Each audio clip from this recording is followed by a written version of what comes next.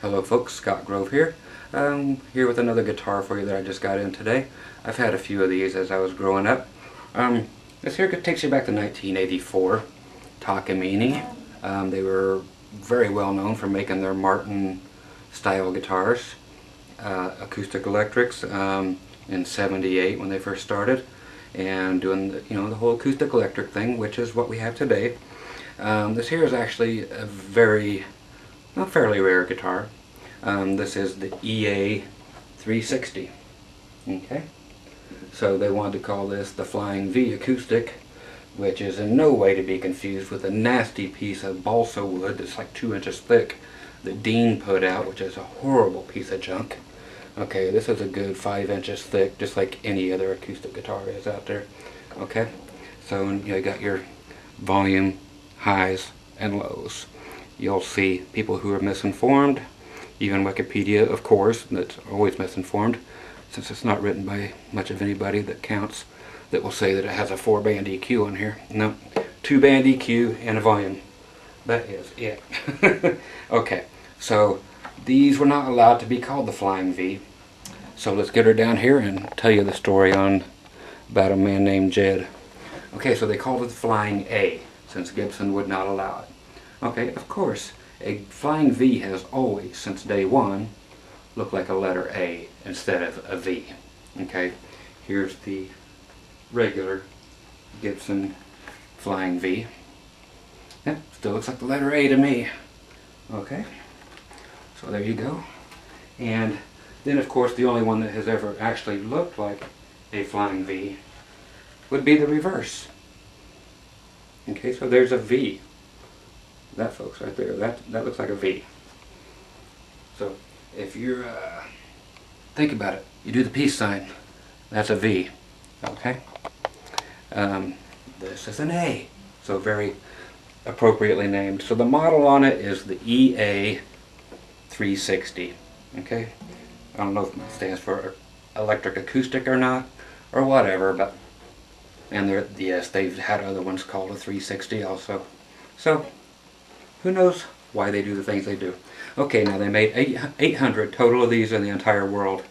Okay, some of these made it to America, of course. I've had like 3 or 4 of these. They've always been a natural.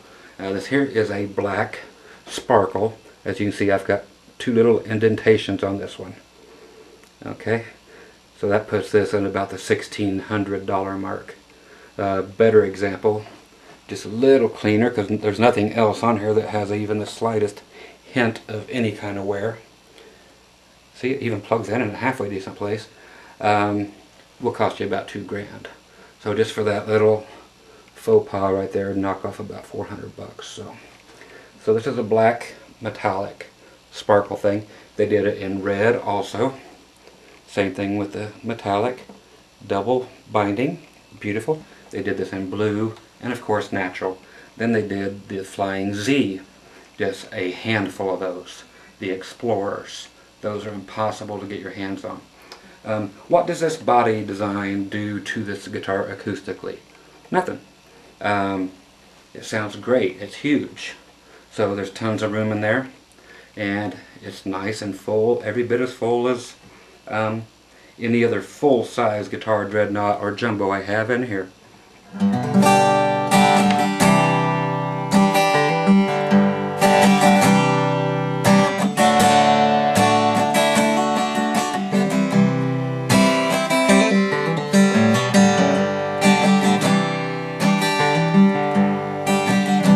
Two-net low E.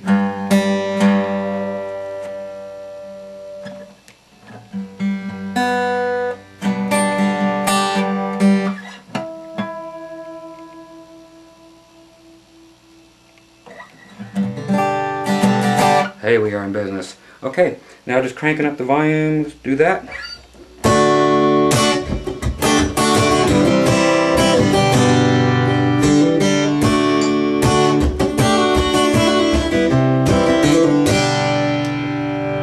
Bring her on up.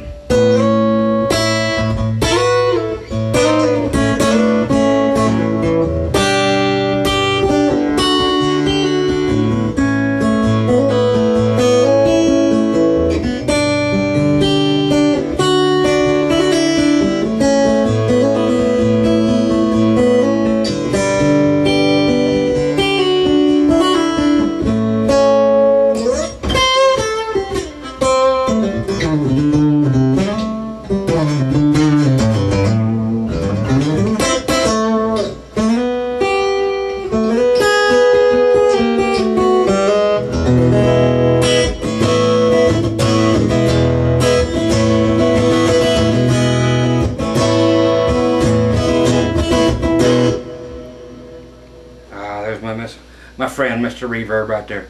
Okay, so yeah, it's a huge guitar. You don't need a stand for it. You just lay her on down and she sits right on the ground. So it's just a matter of if you think it's cool or not. I think it is amazing, which is why I blow the kind of money I do on these rare and oddball guitars. I love to have the collection of the, I call myself basically from Rudolph, the old cartoon. Here's like the island of misfit toys. All the unwanted guitars have a home here with Scott. So just a cool axe. Let me, I know you don't want to see it any closer, but too bad, you're gonna. Okay, so I'm just actually going to pull the plug, which is going to make a big boom because of active electronics.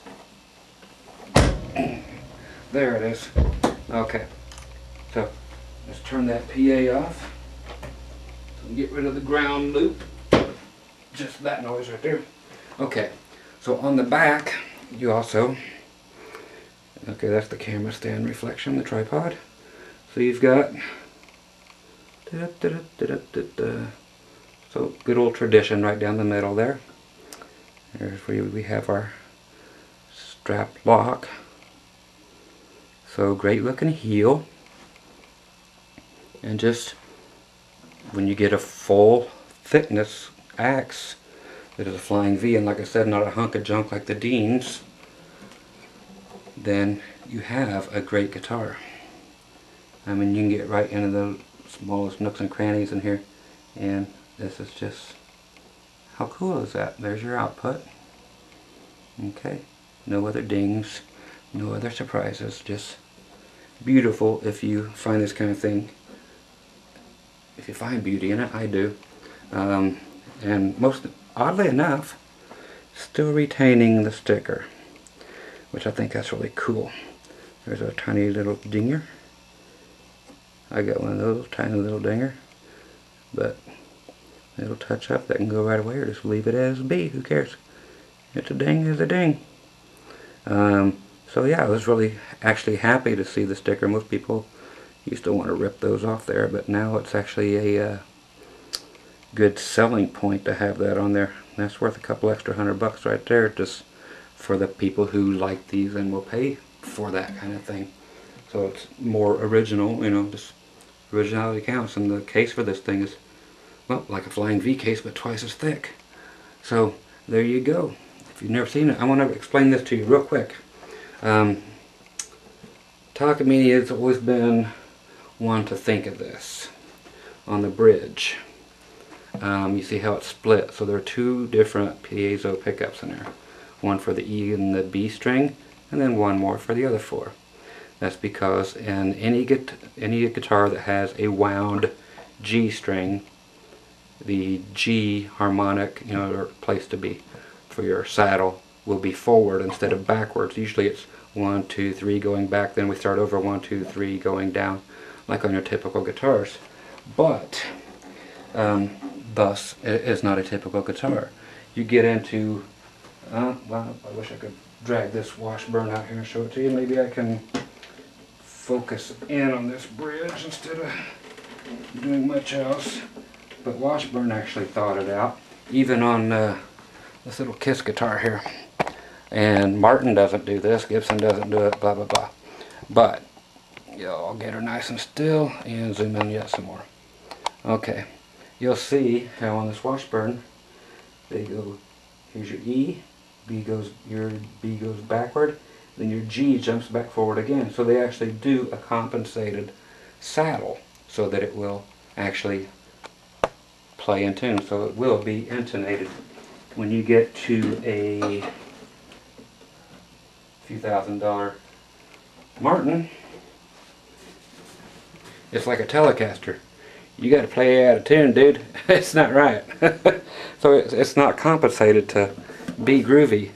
So you get into guitars like that, and there's just this one chunk of thing going across, and nothing is compensated to try to at least get it right. But Takamine, back before they started doing these nasty G series guitars, but these good old Japanese made ones, they did it right, man. This thing registers, you know, pretty much nails on.